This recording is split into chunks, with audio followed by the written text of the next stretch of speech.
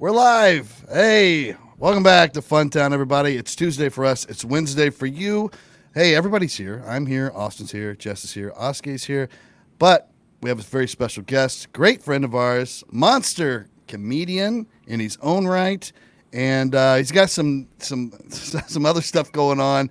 You guys are gonna know who this is, and it's gonna blow your mind that we know this guy back when. So Brent Terhune, everybody. Hello. How you guys doing? Good. Hi. Thanks. Good. It's so good to Thanks have for you. having me. I just want to say, and then I'm sure everybody's got questions for you, and then we'll just shoot the shit. But I just watched your appearance on Dr. Kim and Joe McHale's podcast. What's the name of the podcast? It's called The Darkest Timeline. The Darkest Timeline. And it I guess they started at beginning of the pandemic. And Jesus Christ. I mean, you talk about someone knocking it out of the fucking park. I was pissing my pants. That's why when Oscar texted me, I'm like, shut up, Oscar, I'm trying to finish this. And then run in real quick. I mean, it was the funniest shit I think I've ever seen. It's the best appearance on a podcast, or at least the funniest. Well, until this one. Yeah. And it's Austin's time to shine. That's So, and you were in character, but what I love about your character is it's Brent Terhune. I mean, you're not right. There's not another name, at least as you appeared on. Yeah, it's just me because I never expected anything to happen, so I didn't bother to change it. And now I'm just like, it doesn't matter. Nobody cares. I think it's better because it's different. Everybody else, has a character name associated with the character. But and now the best part of all this was watching it grow in its infancy when people thought it was real, and you were this trumped out, redneck, just hillbilly that people were fucking going crazy over. You must have got death threats. I don't know what all went on, but talk about just a little bit about what it was like to finally see the light bulb go off in people's heads. Like, oh my God, this is a comedian doing satire, and it's awesome. I mean, it's always funny when people, you mentioned death threats. I have gotten those, but I never take them seriously. Sure. It's never like, I don't think anybody's going to, it's hard enough to get people to come to my shows that like me. So, but yeah, it's always weird when people can watch the whole video and not realize that it's a joke and they're quoting back to me what I just said. Yeah, it's always fun. And sometimes some of the videos are more or less subtle. And sometimes I'll do a video. I'm like, there's no way that anybody's ever going to think this is real. But every video, there's somebody that thinks it's real because they just don't watch or for whatever reason. So that's what I'm always dumbfounded by, because sometimes, I mean, you really just drill it home and people just nope, I hate this guy. I'm like, did you even get to 15 seconds into this thing? I'll literally have a rainbow colored "Don't Tread on Me" flag in the background. And somebody will be like, this guy's an asshole. Maybe, but not for the reasons that you think I am. My favorite part about the whole thing is you equally piss off the left as much as you do the right and expose both for the hypocrisy that they are. Like, to me, there's nothing I love more than seeing a liberal get pissed off at your shit and then seeing a Republican getting pissed off at your shit and, this motherfucker doesn't represent me and, this kind of shit. And it's like, wow, you guys both missed the fact this is a comedian, doing a hilarious bit. And, I mean, I pretty much try to watch, me and my girlfriend, we watch all of them. And they just get better and better and better. And I mean, your little cough at the end is just like, I mean, fucking, when you burnt those Nikes, like that, back during the Kaepernick shit, that was just so good. And actually, I was going to ask you that. I was going to be like, do you have a name for your character? Like, in your, if he had a name, what name would he have? Or do you not want one because that limits you? It's not even like a name that I would call him. I tend to call those types of guys like a front seat philosopher. Like they always rant in a truck, or so that they're going to fix the world with their Oakleys. And, But yeah, I've never really given the character a name because I didn't expect it to do anything, and now it just doesn't matter. Nobody cares anyway. It's like Larry David, but just bigoted, pretty much. Yeah. Bigoted Brent. Pretty good analogy. Well, How long ago was the first one you did? The first one was when like Colin Kaepernick was taking a knee, and I did the first one, and then a year later he got the contract with Nike. So maybe I did 3 or 4 over that first year, and then the one where I got like 8 million views off that was the burning Nikes again, but it was kind of such a bigger issue that he got a contract with Nike that second time. Right.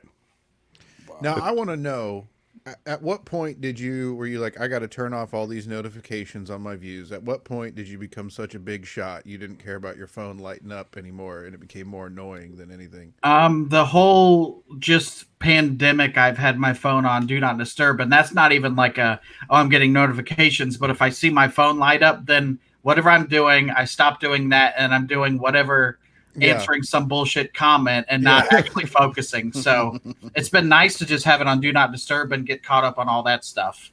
Yeah. I do love when you feature comments that people make calling you they're ridiculous. Like, you're so stupid. And it's like, they spell everything incorrect. And it's like, awesome. And they don't talk like that, but they talk like that. Right. I'm just like, yes. There was one, my favorite one is this guy was like, man, this guy's bitch ass lives in a trailer park. Why don't you cut my grass or something? That was he just said, cut my grass or something. I don't know what that means, but it made me laugh. And that was the banner on my Facebook for a while, was that guy's comment. That's why I love the fact you take these comments and then you'll retweet a comment with a hilarious smart ass comment on top of it. And that gets 500 likes or 1,000 likes. Just people laughing at you, retweeting people insulting you. And I love it that you own it and you capitalize on that on top of everything. You know what this is a perfect example of, too, is fucking commitment. Like, this is the lesson for every comedian and you've always been that way. Oscar, too, and Austin, I mean, I love characters, and you guys have all done them. But like when you did Coney Danza, the hot dog comedian. Yeah, the hot dog comedian. Love it. So the very first time I ever saw Coney Danza was at Crackers. Mm-hmm. And I'm looking down at the list, and I'm trying to see this person who's before me, and I'm literally going, who the fuck is Corey Danza? What is this shit? And then I turned, and Brent's there in a hot dog costume. Okay. He's gonna go up in a hot dog outfit. Yeah.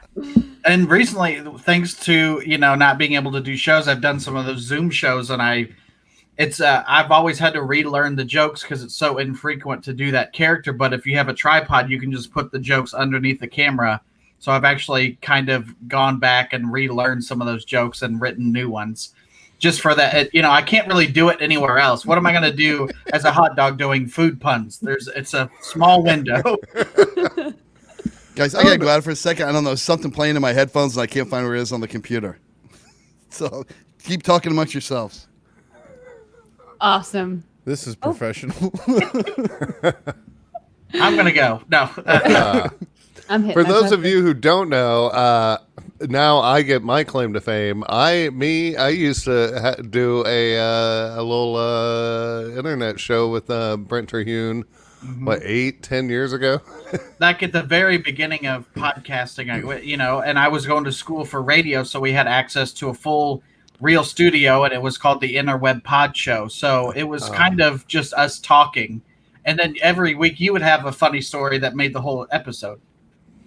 I don't remember that. But I remember that. I remember it very well because I was one of your guys' biggest fans. I listened to that podcast religiously. I thought it was great. We talked a lot about, I felt like we talked a lot about comedy, and like Holt was way ahead of us at the time. And so I had a lot of questions. I felt like for like new comics, it was a good thing to listen to because you could like find out some of the shit not every other comic would tell you. Straight up and kind of help get past some of the bullshit that is stand-up That was comedy. early on too. Podcasts really weren't out really. I mean, you were putting that out on like a Podbean or something. Podbean, yeah. And that was way back in the day. Jeff, I remember you had one of your characters debut on the show named Stony McNutt. Do you remember that character? Yeah, man. So this is a highbrow sort of educational thing. Oh yeah, man, for sure. We had sound effects, which just Jeff would open the door and then knock on it, and then come in as Jeff, air quotes, would leave the room so Stony could walk in. Oh yeah, very high quality stuff. Well, it was a small studio. We weren't going to fit Stony and Jeff in at the same time. Like Jeff had to go wait in the hallway. But then we graduated, so we lost the studio, and then we were just doing it kind of like this in someone's living room around one microphone, and it was like, yeah, I don't want to do this anymore. Like this sucks. Honestly, it was like going from driving a fucking Lexus to like taking the bus. Yeah. And it's like I'd just rather stay home than take the bus. And now look at it. Everybody can just sit at their own fucking house, and it's easy. Just do this. It's easy. Dude, so anyway, congratulations on everything. Oh, thanks, man. We've all been fans of you for a long time, before, but I've not gotten to listen to all your shows too, but I've listened to the Doc Heads, the one about the guy with the collar. I listened and watched those all the way through. I don't remember what that Genius. Evil Genius. Yes, yeah. And then Todd, you're 1041, the first season, I think. I'm on the last episode, and I just haven't listened to it because I've not been on the road. So now, yeah, that's what's happened. The podcast period, people are not driving, and that's what, you know what I mean. It's everything's right now, but except for Joe McHale and Dr. Kim. Well, and go ahead and plug your podcast there, Brent. Yeah, it's called The Field Trip with Brent Terhune. So Jeff, you've been on a couple episodes. I'd like to have you guys on as well. Nice. Jeff, what did we do? Funniest obituaries? Yeah, that was fun. And then there was another topic. You wouldn't believe how funny some people are just knowing they're going to die and have a good sense of humor about it. Like, society doesn't have Rick to kick around anymore. That kind of thing. But those are the topics you can expect. My favorite is probably parody religions. So, there's the Church of the Flying Spaghetti Monster, which is a real air quotes religion, or the Church of Google. That's a thing apparently. So that kind of thing. And then you have the Church of Cannabis. Yes. Here. Oh wait, that's a real church. That's a real church. Yeah. I have a buddy that's a member of that. Don't you just walk in? Like, how do you not be a member? Like, don't they just let you in? I know. He's a retired cop too. They're like, oh hey, we would love a 10th member. Come on, come on into the Church of Cannabis. Do we know their specific beliefs besides cannabis? I don't. No. I've never even asked him. I keep thinking I was going to have him on my old podcast, Heartland Radio, and I just never did. But so I was like holding off. I was like, all I want to do is hear about the Church of Cannabis, and it just never happened. So. Yeah, I'm dying to learn more because I think he has a pretty big following. I know the one here in Indianapolis does. Oh, so it's a branch. It's like they got other locations. Sure. Yeah, it's a franchise. It's a franchise. Yeah. You order it out of the Back High Times. I wonder. Cannabis franchise. But do they have like elders and deacons and stuff like that within the church, like your ranking? Voted on by members, or is that just like your too much bros work? And your dudes. Yeah. Your Haymans. The guy who runs its name is Bill Levin, I believe. Mm-hmm. I think he's running for governor or has run for governor. Yeah, I'm friends with him on Facebook. How'd he do? He's quite well, I bet. Yeah. Did he do okay? I'm sure he did great in Indiana. Oh, for governor? Oh yeah, I'm sure he got tens of votes. He got at least third. Yeah. No. He could have gotten fifth.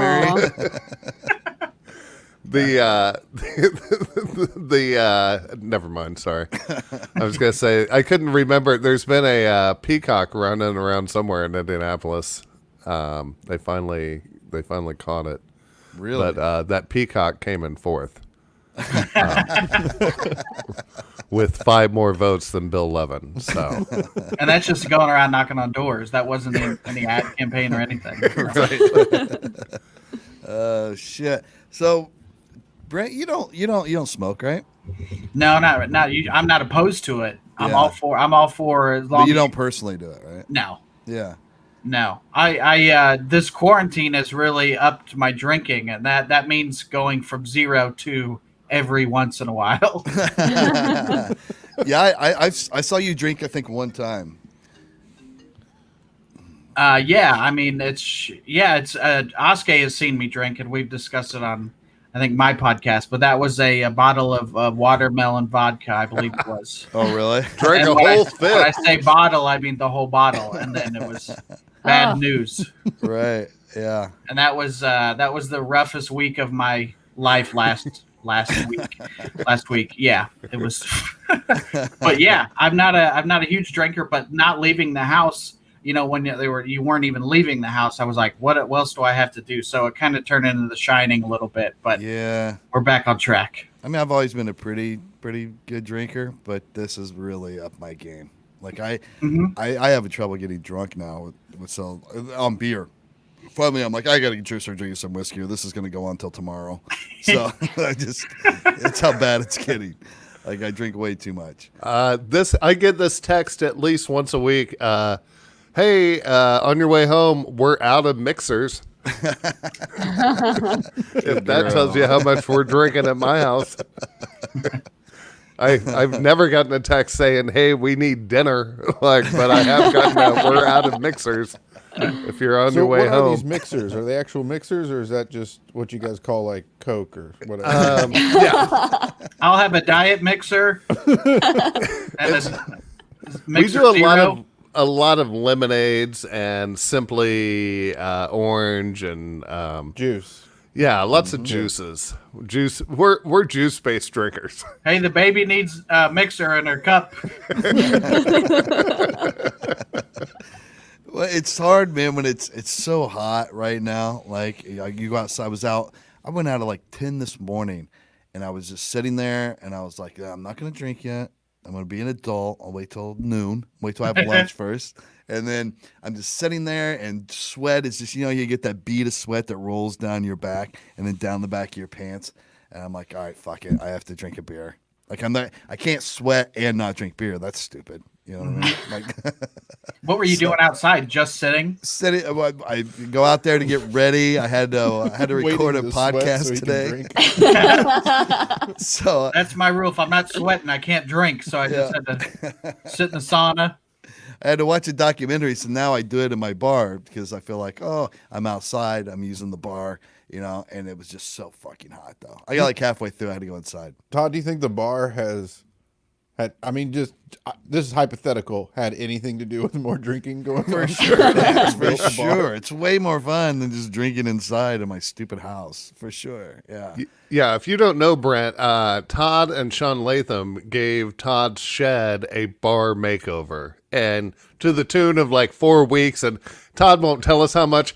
My estimate, right around 10 grand for a little everything. under, but that's not a stupid guess. Brent, for sure. It pretty much looks like the fun bar in an airport. You know what I mean? Okay, yeah. Yeah. I've seen pictures, and I know Sean was involved, so I'm guessing anywhere between $20 and $10,000. I know he's the $20 chef. So. And we brought Rich Reagans up from Louisville, and the master craftsman that he is. That guy went. Here's the thing about Rich Reagans.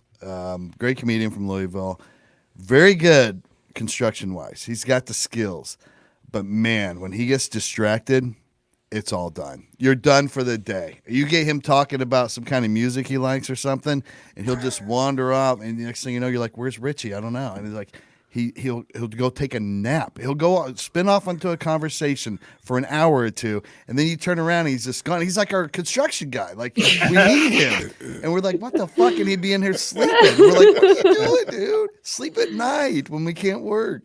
But that's just how he is. You got to get him when you We get had him. some of those teachers in high school where if you're supposed to be in there for geometry, but this guy really loves cars. Yeah. So you just bring up cars, and then that's the rest of the days you didn't learn anything. Oh yeah. Oh yeah. Spin Yeah. him off course. Yeah. Oh, it's my government teacher. He was a huge Democrat in a very conservative county. So I just bring up, like, I think JFK would have been a Republican if he was around today. And the class was all that. And it's like, Yeah. It's over then. We had our history teacher was one of the football coaches. So so Monday you were going to recap the game. So that Monday was out. Tuesday he was usually nursing a hangover. Wednesday he would start class and then somebody would be like, "Hey, do we have any chance of beating Brebeuf this weekend?" And he would like turn around and like get out the chalk and start drawing out game plans and fucking give it, like, if you were a spy for Brebeuf, he gave you the whole game plan, like X's and O's, and then we're gonna send Schmedlin around the back, and then You guys would watch film because those who fail to learn from the first quarter are doomed to repeat it. yes. Oh yeah. So Have you guys seen the sport Calcio Storico? Could be Calcio, it's Italian. But Calcio and then Storico, Storico. Do you know what it is? we started watching that from the Netflix show, and I What? skipped it and went to the Highland Games. Yeah, there's this series on Netflix called Home Game, and it's all these weird sports in different countries that are like big deal sports to them, right? So the first episode is this Calcio Storico. It only happens in Florence, Italy. Florence is broken up into 4 regions, and you have to live in that region to play for that team. This sport is like rugby with no rules mixed with MMA if MMA had no rules. And that's one sport. I mean, they have a ball, and the goal is to run to the other end of the field and throw it into this net that's as wide as the whole field and probably 6 feet high maybe. Looks easy, but the guy with the ball may not even make a move forward toward the net for like 25 minutes. He'll wait until the lines fight, like regular MMA street fight, until finally there's a hole because either dudes are knocked out from the other team or their guy's got the guy pinned down in a chokehold, and then he'll run toward the goal, and he has to get past this last line of defenders to throw the ball in the net. It's the craziest sport I've ever seen in my life. I pulled up pictures of it, and just the pictures look like MMA fighting in a bull ring. Yeah, with a little ball that you throw in a net. This Like- will be our national sport before Trump's out of office. Like, And they end up It's the showing biggest like thing enough ever. highlights. You watch like a better part of a game, and it is awesome. I see why they get into it, but they only have it once a year. And even if you you win the championship, you only play 2 games because the dudes are like hurt the rest of the year. Like they're like breaking arms and legs and shit. It's brutal. I mean, it's Gladiator Day, every bit of what they had then. You know, but it's Italy, so it's home of the gladiators. So I kind of get it. You know what I mean? It's kind of like those guys that do the running of the bulls. Like, Yeah. you just need it once a year's good. Right. Other than that, you're trampled by, bison. well, they're gonna do like a 30 for 30 on you after you've done your 4th game. You're gonna basically be an icon for the sport. But they just announced because of COVID, they're not going to have Calcio Storico this year. And people were up in arms over it. And I'm like, how can that be your home sport and you give a fuck about COVID? Like, that makes no sense to me. Those dudes are out there killing each other as sport, and you care about catching COVID. Like, It's not to protect the athletes. I say athletes or whatever. Sure. Or is it more of just the entire city? Yeah. That would come and try to watch it. Sure, but they have to see this. If you're Brent, your character would love this. It's the pussification of what's going on because you can have the sport. Who cares if nobody goes there? Televise it, right? Same thing so it is to protect the players, unfortunately, or they would still have the sport. Like, they can't just stop it at the fans. Same way with football and NBA and all that stuff, I get, though, when you see the rules of the game, you would think that no one's trying to protect the players. You know what I mean? There's not like there hasn't been a care big if theme one of them that gets going on. COVID. Like, they literally could die at any moment, of a broken neck or whatever. But yeah, I thought it was interesting. Dana White needs to bring this to his Fight Island or whatever it is. He should.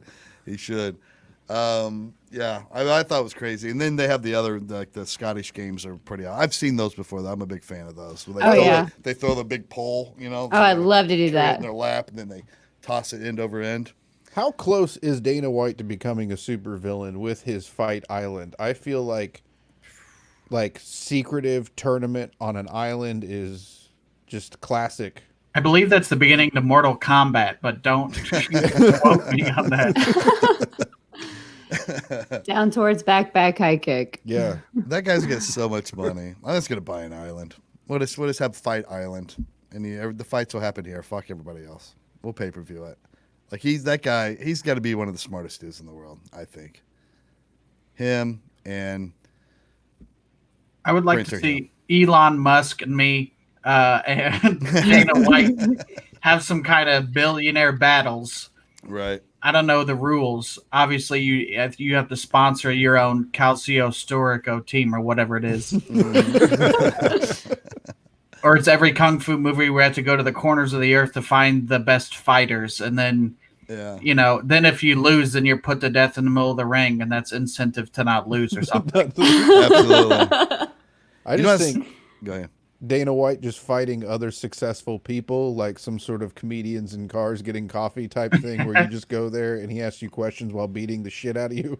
Yeah. Would be pretty entertaining. Dude, he's so hilarious in interviews because he just gives zero fucks. Like always has though. Even before he had the money, he talked that way in interviews. That's what I like about him. But you know what's scaring me right now, and I tweeted this in fun, but it's actually kind of true, is there's so many carnies out of work right now. I feel like that's going to be a problem.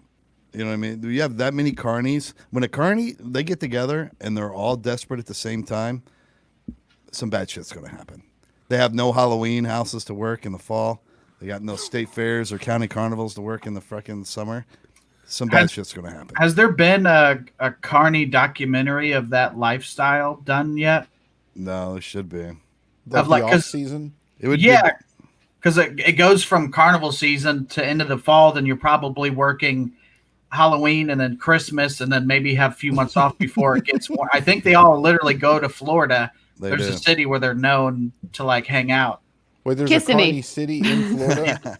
I think that makes so much sense. That makes sense. That they're the like source of all the gypsies or carnies Irish is travelers. I mean, it makes so much sense. There should be, like, it would be every bit as entertaining as Tiger King was. I mean, these people, come on.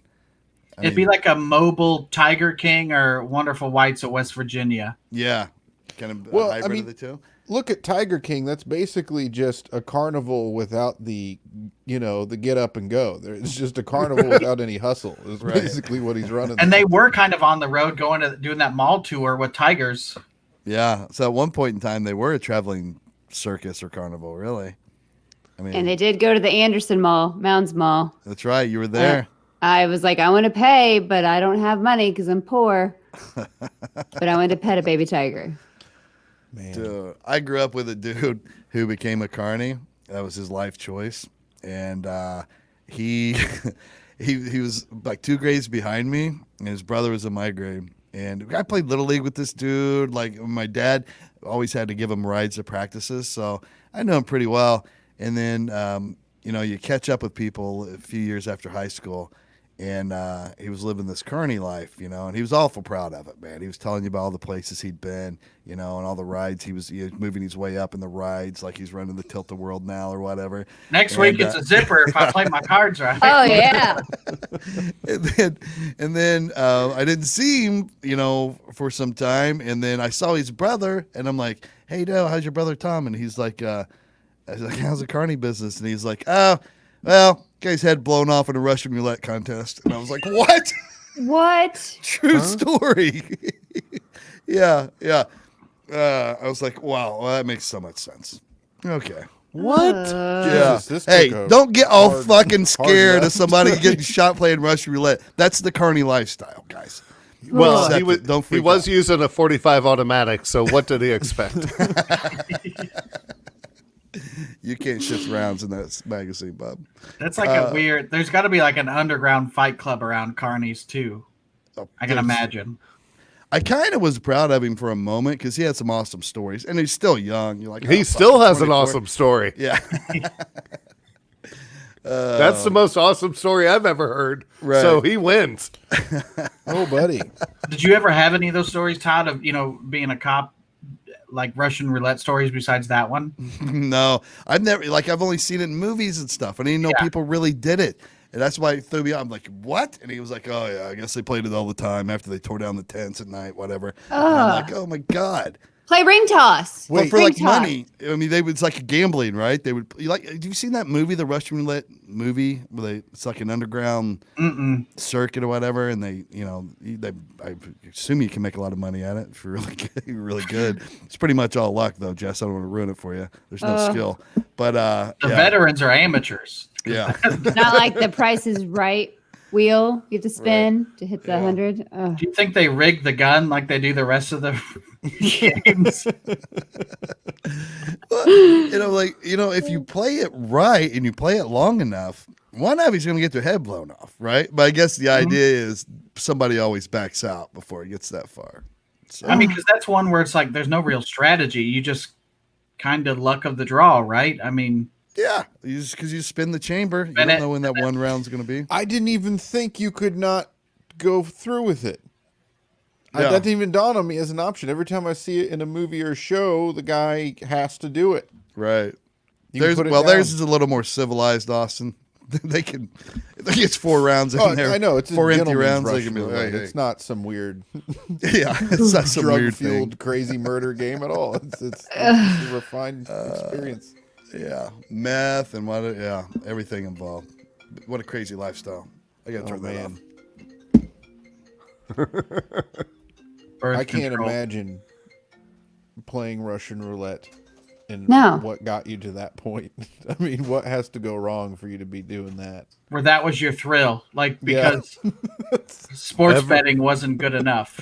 Every time you smoke the reefer, it's like you're playing Russian roulette. It could be your last time. Very offensive to Russian roulette players, by the way. A small minority, but offensive nonetheless. Oh. Christ, Bowers. I can see some of those carnies making some penetration into the regular job market, though, too. You know what I mean? Like, they have skills that we could use. And a good work ethic. I mean, those are shitty hours. And it's hot. Shitty conditions. Yeah. Yeah, but the ones that I was aware of that would come to the Rush County Fair, they didn't care how old you were. They'd still skis on you. And you'd be 9 years old. And it's like, I don't know what you want from me, mister. And you want this teddy bear? It just got weird. Jesus. You got to wait till she's at least 4 feet tall. You're disgusting. Yeah, step up to this little man with his hand sticking out and let's see how tall you is. Oh, it's so gross. You got to be this tall to ride this ride. If you can ride the Alpine Bobs, you can bob this dick. Sorry. Inappropriate. Jesus. What Sorry. carnival were you at? What was it? Was the sign say worst carnival ever? Have Great you ever been cotton to candy, Rush though. County? Yeah, Rush County, Indiana. It's pretty. Yeah. Hey, we are delightful. We are the only county that didn't have the KKK or whatever. So looking at you, Shelby. That sounds like a claim of a county that had a ton of KKK. I'm not saying back in the day there's probably some racist turds there for sure, but yeah. not official. You just had pedo carnies. Hey, they came to our town for a while and then they rolled out, when the time came. Oh my God. Their whole life has turned the page. I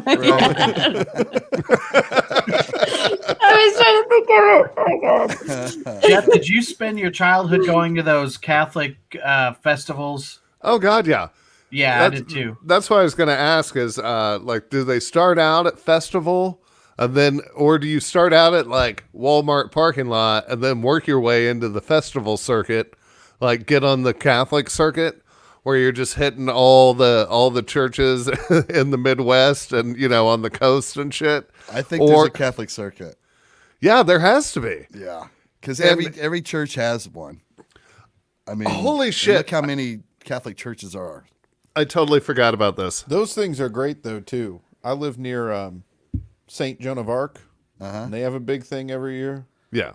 They're great until you go to St. Joseph's in Shelbyville, Indiana, and the parking lot's like the size of my driveway, and somehow they cram all that shit into it. It was like the parking lot was like the size of a tennis court, and the whole thing was crammed in there. It was ridiculous. Yeah.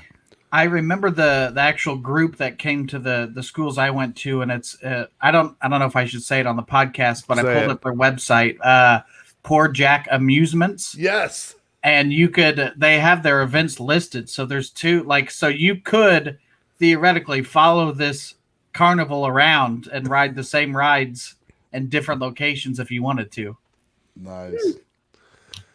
I always thought I would want to try it for a couple years. My dad was on the festival committee, and so they got tired of losing all this money on their games to the Carney games. So my dad, my dad built his own Carney games No. to compete with Poor Jack's Carney games, and we were only allowed to spend our money at the Nativity booths. We weren't allowed to spend our money at the Poor Jack booth because the Poor Jack money didn't go to Nativity; that went to Poor Jack.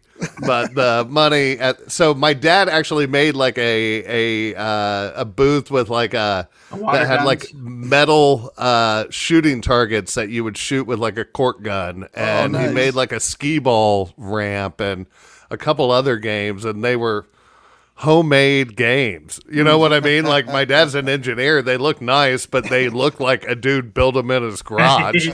and those were the only games we were allowed to play. But I always wanted to play that quarter push game where you like drop the quarter in, that you got the bulldozer that's pushing the Rolex watch closer and closer to the Just one more coin. It's gonna fall. One more. one more. I worked a burglary crew that's what they targeted specifically. They hit places that had that game of chance, the coin drop game. And I'm like, probably the stupidest criminals I've ever chased them. I mean, literally made their career out of, I don't know, they'd get $89. You know what I mean? I'm like, Jesus Christ. The watches aren't real, guys. You know We're what I mean? doing Like, laundry tonight, boys. Did you catch them? Yeah, we caught them. They were a mess too. He They were walked into exactly Walmart what you Fabric would think. softener when you benched them. He walked into Walmart and goes, "Hey, has anyone been buying a lot of coin rolls lately?" And they're like, "Yeah, this one dude's buying them by the case every week." All right, cool. Can we get his name? There's three guys in man. ski masks at the Coin Star right now. Well, Oskar, I don't know how your dad didn't get jumped by the Poor Jack guys or whatever. Yeah. Carney Mafia. Yeah, There's like gotta what be you a coming on our Carney Mafia. territory? Dude, if you saw my dad, nobody's jumping that dude. That dude's terrifying. Of course not. He builds his own carnival games. That's a carny. Dude, I loved it though. Like, we got to have cork guns like in the garage like for a month while my dad was getting the game set up. So we Right. loved it. We thought it was awesome. I always wondered how there was never I've never heard of like a Carney serial killer. How has that never happened? There has to be. It has to be one, right? Yeah. I remember trying to Google it one day and I couldn't find it because I thought, well, that'd be a cool story to tell. There has to have been a Carney who just went around killing at the different areas that he traveled to. The some Save-A-Lot parking lot killer. Yeah. If you put it on the map, it's a whole bunch of Save-A-Lots that had carnivals in it in the last 6 months. Todd, I can see that being some sort of defensive factoid that every carny puts out. Right. There's never been a carny serial killer. You know that? Did you guys ever when my favorite part about the festival was the gambling rooms, and like I could go in as like a fifth grader and put down $20 and play blackjack. They didn't give a shit how old you were. Like, for it the was Lord. great. Yeah. I loved it. And then come to find out, like, they had to start having officers at the different things because people were coming and holding up the gambling rooms at church festivals. And they also have huge like groups that come in and, you know, mark cards and dice and everything else to rip. Like, how low are you that you're scheming on a church that's scheming on its parishioners, that's scheming on kids? Never mind. I was going to say, our priest embezzled all our money. He got caught big. He embezzled That's like crazy. $750,000 in this little tour there. Oh He my spent it all in gosh. Vegas. He had a big gambling issue, I guess. He Was was, his name Mike Gardner? Was it Pastor Gardner? I just remember Father John. He married my son's mom and I, and he's a little Filipino dude, and you couldn't understand anything he said during the ceremony. But he reminded me of the preacher in was it Princess Bride? Where he's like, "Marriage," yeah, like that guy. I should have got a free annulment. I think, by the way, if he's going to break the law, boom, Yeah. You revoke can't the trust this priesthood. guy. Mm-hmm. Yeah, but I didn't. What was his game? Did they say? Blackjack, and what's the baccarat or whatever the hell that is? The Baccarat. yeah. The game Pygo. of the rich. Yeah. Did you say he was Filipino? Yeah. Because I think, isn't that a big game over in Asia? Yeah, Baccarat? I think so. Yeah. Mm-hmm. Yeah, it was a big scandal there. All our priests would get in trouble, but we never had any of the other kind. Did they just trouble. move him to a different casino, or what'd they do? Yeah. He runs a small gaming room in Columbus, Ohio, out of Knights of Columbus right now. They go to I know they always used to anyway, probably not anymore, avoid prosecution by going to the priest re-education programs in California, where they would send all the priests that got in trouble. That's quite a good time, that resort, I'm sure. So speaking of priests, Terhune, you grew up Catholic. You did the whole 12 years of Catholic school.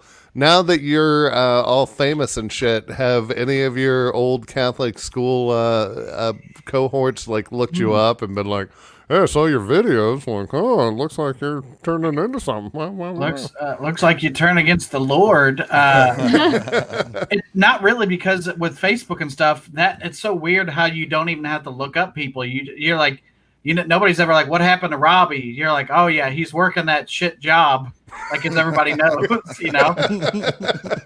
It's that we all kind of know what each other are doing. So I've not had anybody come out of the woodworks or anything, because at the end of the day, it's not. I mean, I'm just me, guys. Okay, but no, nobody's come out of the. Yeah, I don't think so. I mean. You haven't got any, hey, do you want to go do comedy at the Fairland Fish Fry? That shit yet? I was getting that before all the videos. No, yeah. And especially because now things are really taking off during, coronavirus. It's not like I could do a show anyway. But I've had some of those weird shows where they're like, it's always like, yeah, my friend has a place. And whenever they say that, I'm like, oh, yeah, email me. But in my head, I'm like, no, I'm not doing that. No. You mean with no sound system and all the TVs on and everything wrong about the place? Right. And then you're going to see the show and that it sucks. And then that's all you're going to talk about me for the rest of my life was how I bombed at the Howlin or whatever the place you own. Brent says he's doing comedy. Yeah. Skits. Yeah. That's always my worst fear. Even though you're good, but I'm gonna go to this horrible environment at your little fish fry or whatever, and I'm gonna eat a dick in front of everybody I grew up with. Not doing it. You guys will talk about that forever, and a lot of you, that's the only time you'll ever see me. Just come to a real place. I promise. It's fun there. But no fish fry. Or that you do it at a legitimate venue, and they're like, "Can you get us tickets?" I mean, maybe, but not free. I'm going to give them to my friends, not the guy that's just like, "Hey, man, can I get?" No, I don't know you. Right. I don't know if you understand how I get paid, Right. but it's by you handing me your money. And when I put you on the list, I don't get paid. That's how that works. That comes out of my check, not the boss. Yeah. That comes out of my shit. I think everything's going to be dead till 2021. All the funny bones and improvs just pulled their dates.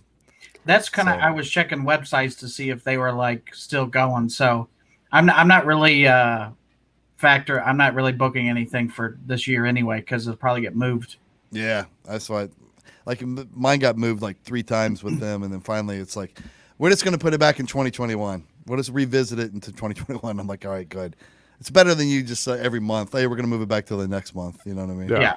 Just fucking say you're done.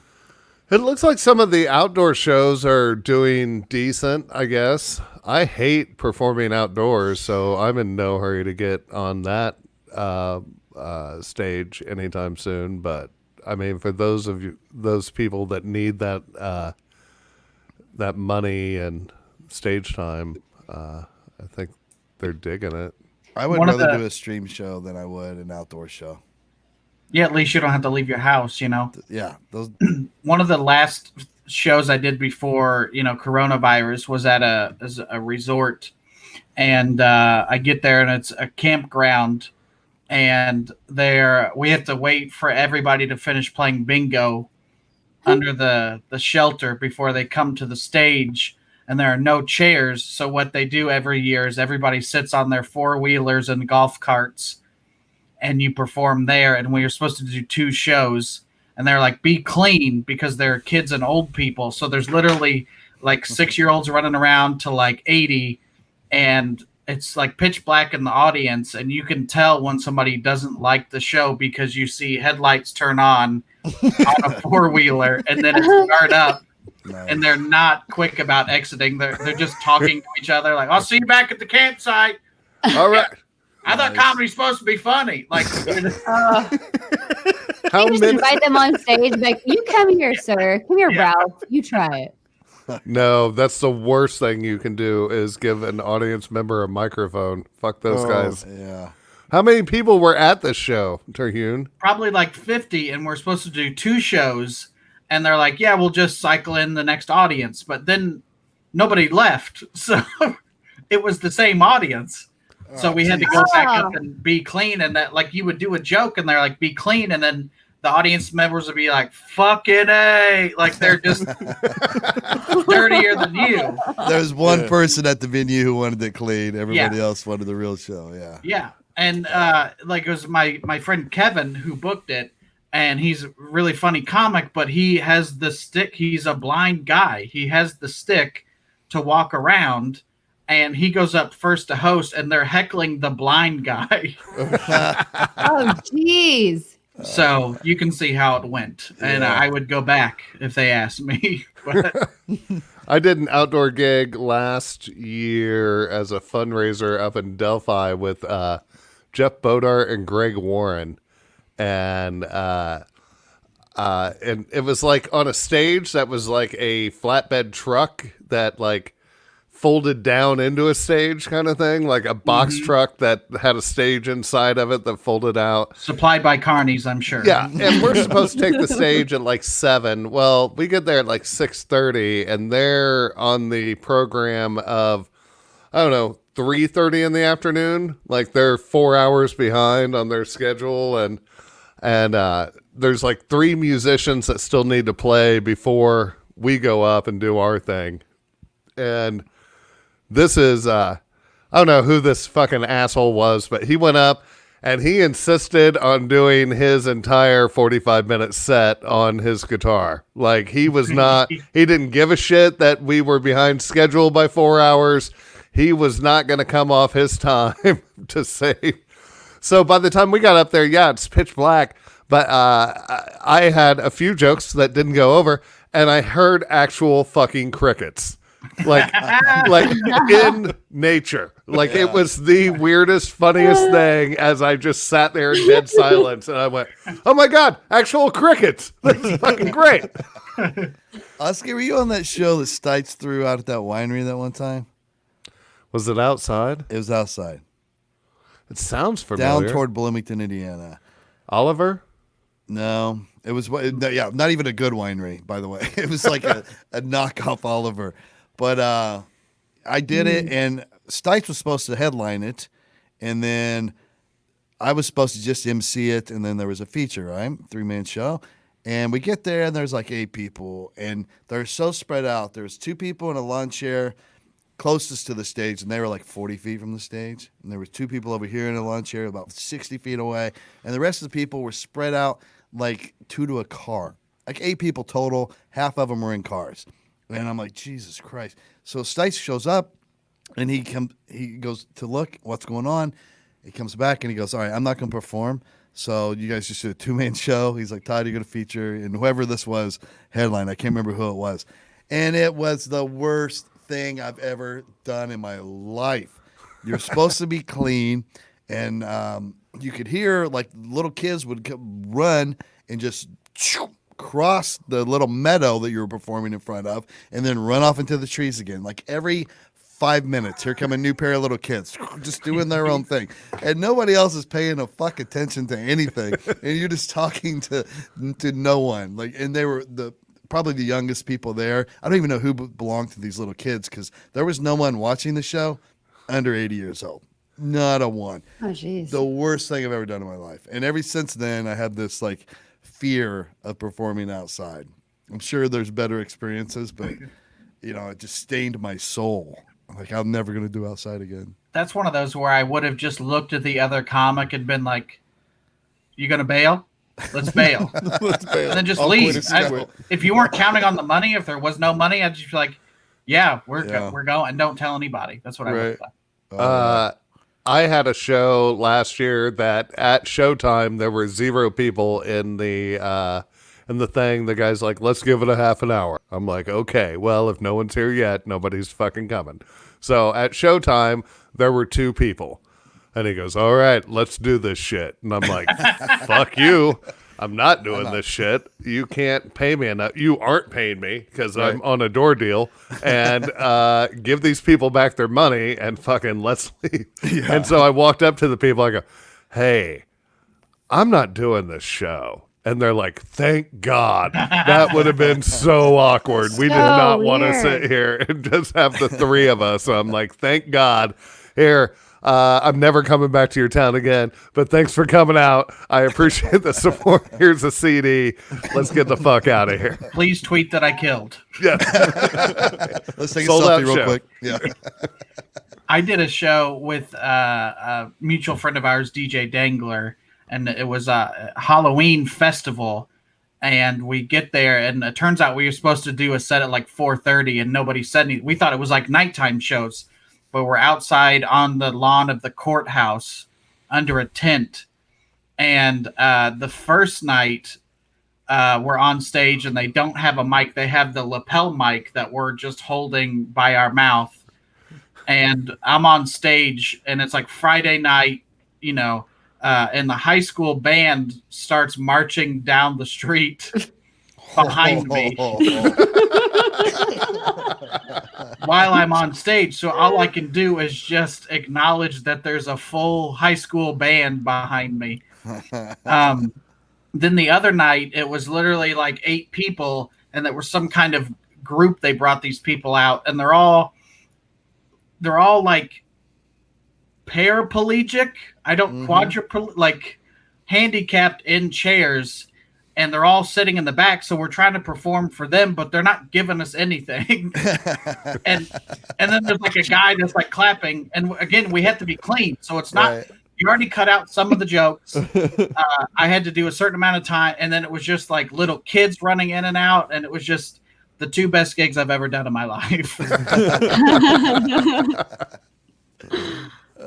I'm almost to the point now where someone says, but you have to be clean. It just is a deal breaker right away. Mm-hmm. Just because I know more often than not, your venue is not going to be ready for comedy. You know what I mean? Mm-hmm. Like, this is different if it's like a big deal fundraiser or something, you have some understanding. But if it's just somebody trying to throw like a regular kind of show and they say, "But we want it clean," and be like, "Yeah, you should just not do a comedy show." You know what I mean? Because you have no idea what you want, and this is not going to be set up conducive for having a comedy show, I promise you. Or it's like what you said, Todd, where the one gatekeeper is in charge of everything, and they're so worried about losing their job that they're like, "We need you to be clean." And then afterwards, inevitably there's a show where somebody walks up and they're like, "Man, we were waiting on you to cut loose." I know. It's so, you're like, "Oh, I wanted to."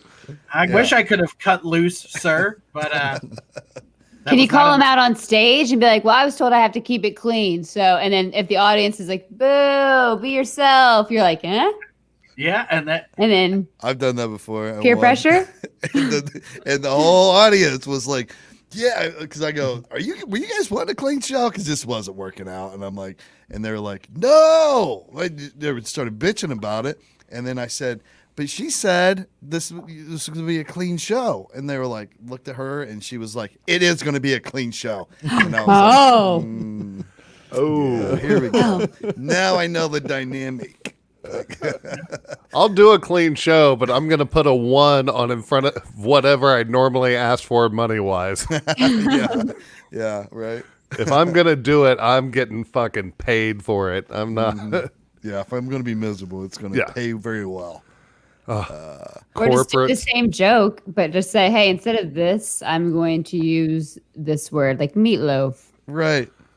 And I don't mind, actually, I don't mind doing a clean show always. You know, it's not my normal set by any means, but I can do an hour clean. But it's the fact that you're demanding it, right? Like, most times a crowd, as long as you're being funny, won't even realize if you're being clean or dirty. I mean, they're just enjoying themselves. But when it comes with that expectation, just something about it bothers me because I feel like the dynamic's going to suck. I'm just walking into something that they don't know what they're doing, you know?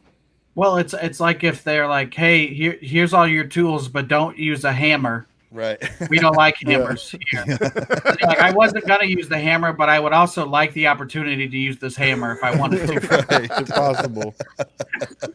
Yeah.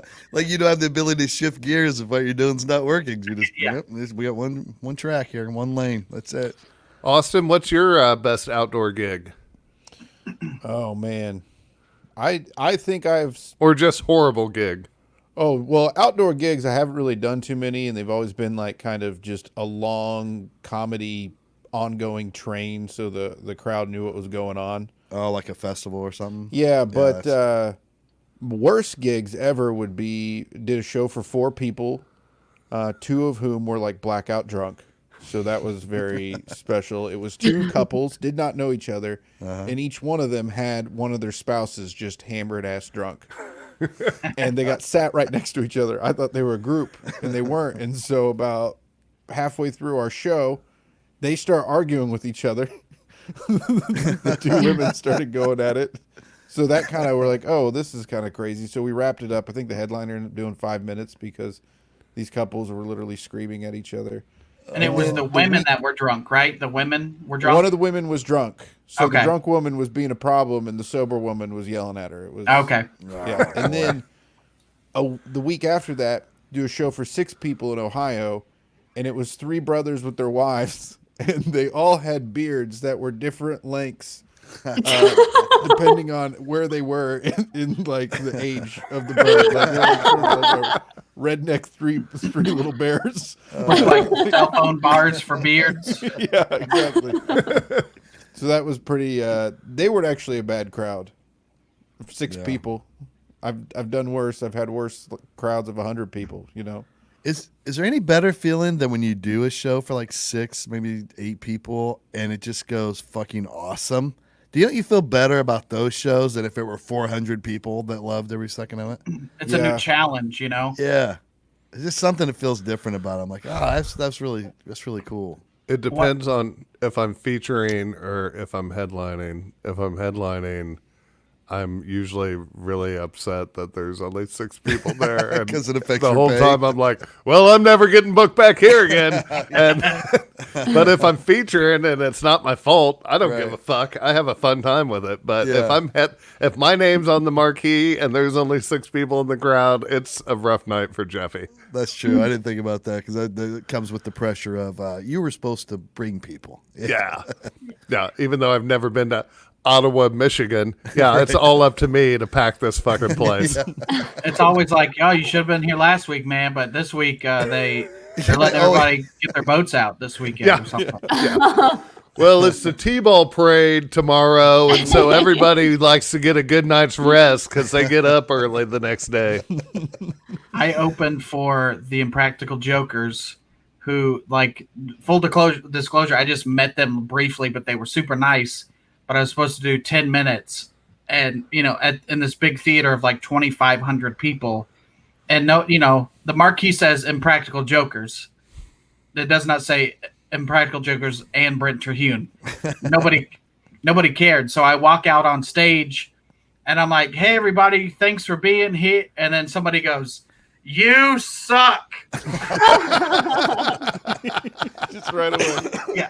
So then I had to do the 10 minutes, and I think I recovered okay, but it was like, and they were like, "You got to be clean," and I was just scared of I didn't want to say anything, and I'm not dirty anyway, but it wasn't like I could have slammed that guy and then gone on with my set.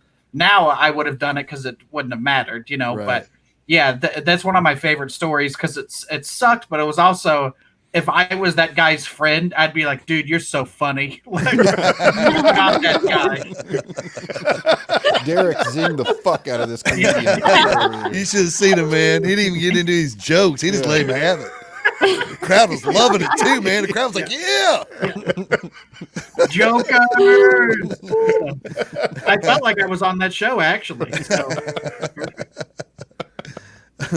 Well, this has been fun, man. Come back anytime, Brent. I know you're really busy, but obviously you're always welcome. Yeah, I'd love to come back, and I love all your other shows, guys. I haven't listened recently because, like I said, not being in the car, but when I was, that was on rotation. Awesome. Thank you. Yeah, dude. Couldn't be happier for you.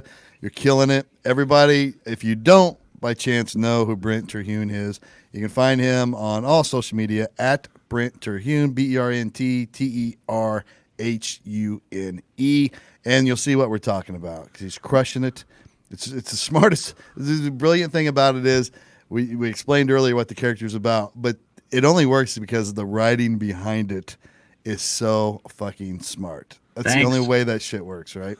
Yeah, So- and my website is infowars.net, INFAUX wars.net, which is a real domain that I bought. You can go to brentcomedy.com, but infowars.net is much funnier. Awesome. All right. Anything else? Thanks so much, man. I look forward to seeing what's going to happen next. It gets bigger every day, and dare I say, better. So I think sky's the limit, man. Couldn't happen to a more talented and nicer dude. Thank you guys for having me on. And a hard-working motherfucker. The Yeah. hardest. Yeah. You're one of the hardest working dudes in the business, and I totally respect that about you. And you're good. You're good people there, Brent Terhune. Thank you, guys. Good people. All right. Check him out, and maybe he'll come back one day. Other than that, we'll see you next week. We're out. Thank you, guys.